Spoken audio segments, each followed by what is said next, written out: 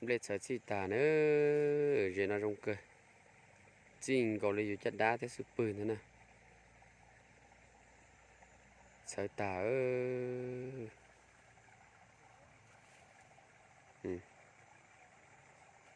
cho bón đã cho nó rong có sắp lại nè đọn cầu sinh thái rồi nó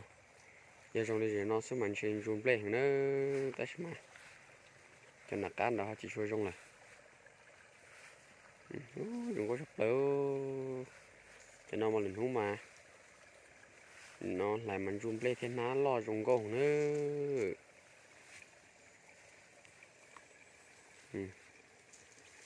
không có tại rồi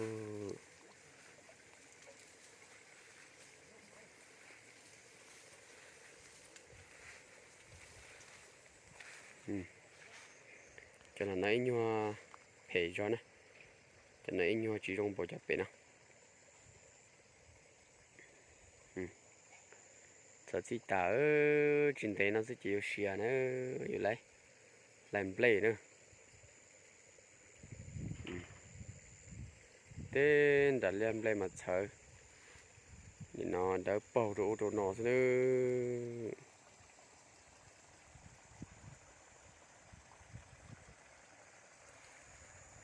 ở bộ cái nó thì nó giờ về hậu cho nó trong chai nè thì nó sẽ còn nó sinh rồi dù nữa để mà chúng có tiền nếu mà dần đi siêu giờ trong đi thế còn nó sẽ mà mình chỉ mua xe tôi xong play nữa ta chỉ cho nó cá nó chỉ cu nó xì rò thế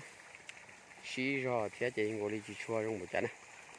ở trong thì nó sẽ mà trong cửa nữa đây chị rồi trong tàu lên nọ thế này trong chăn nó chỉ dùng bé dọc câu thế nhưng chỉ cho họ dọc chỉ lấy lại là thế nữa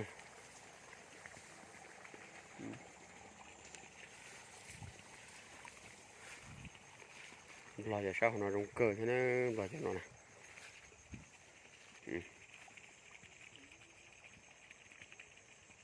thật đây vừa vào đồ nọ sữa nó non gì hả ta tại nhỏ con nó non tôi thấy lấy chỉ là nà xí nè thấy lấy chắn tôi cho nó kể thấy lấy quả giò xí họ đồ liền mà ô là nà thế tiệt kể mà có shop lời thế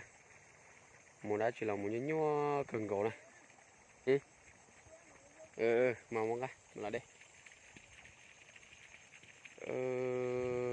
cái trồng tủ thế ít lấy cho nó sẽ chỉ trồng tủ nữa thằng tôi sau thầu lì sẽ chỉ dành lấy thầu ta chú đã biết sai nữa tôi liền này tia trồng tu sẽ chỉ dành thầu tia trồng tu cho tệ tia sẽ nữa chúng mỏ biết thùng lò chúng mỏ rồi đã chỉ là bỏ con mỏ lê nên nó đã nói thế ôi vô chúng lò là mấy sĩ tuổi bỏ đây vừa nãy tên đã bàn đọc bị bà vừa thì tê sớ tuổi đây chỉ nó thế tuổi đây hậu nó thế này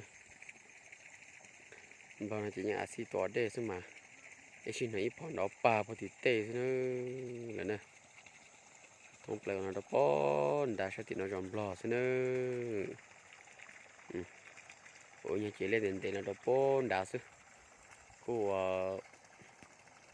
chỉ chuẩn tàu về chơi theo với nhà cá đến để trên tôi trên nó đã u thế nè thế nào chỉ cá rộng lò là chứ rộng lò mình sẽ tứ to sẽ gọi là chúng mình năng này mình sẽ tứ to sẽ chỉ nói tụi năng số xa nữa bỏ chơi xin bỏ chịu mong nữa chỉ bỏ lò lên bỏ tụ bỏ trốn tụ nó mù bỏ tụ bỏ mà họ lừa làm mù thế nè thì đó có một chuyện là nó bỏ bây giờ trong những chiếc hâu của nó nè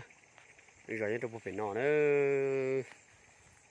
thì đó có một chuyện phải nó nè trốn tụ cho tệ thì tiền nó cho nó chia đà nữa đó có một trò phải kỹ năng ra phải nói mới trong những chiếc phải nó chỉ phải lúc rồi phải nó nè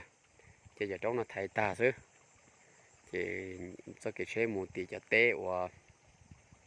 cho những chúa thì chị đó phải bỏ những khó đó đa phải chị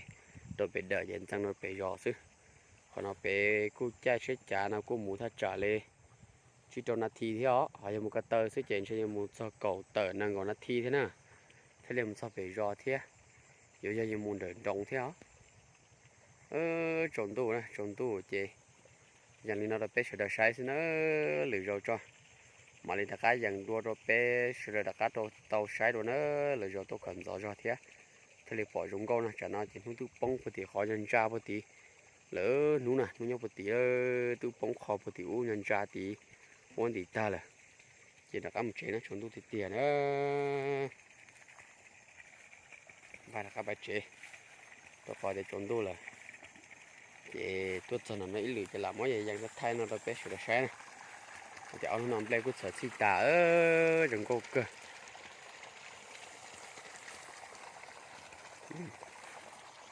và cầm chỉ đó trộn đủ đó trộn đủ thật tệ đấy nhưng mà cũng thay cũng chụp bỏ chia ta chỉ mà thì tiền mà trộn đủ kia là giỏi nữa ta cầm một chế đó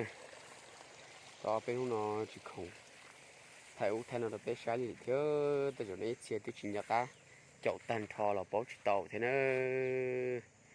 ấy chỗ này trộn gì trộn phong trộn nhiều sự đã số lần này cô chú mới dần mình chỉ nó bé sự đã sai là sao cho chia rồi nó xin nữa bên mà xin gì đùa nhân dùng này sự đã tan thôi nè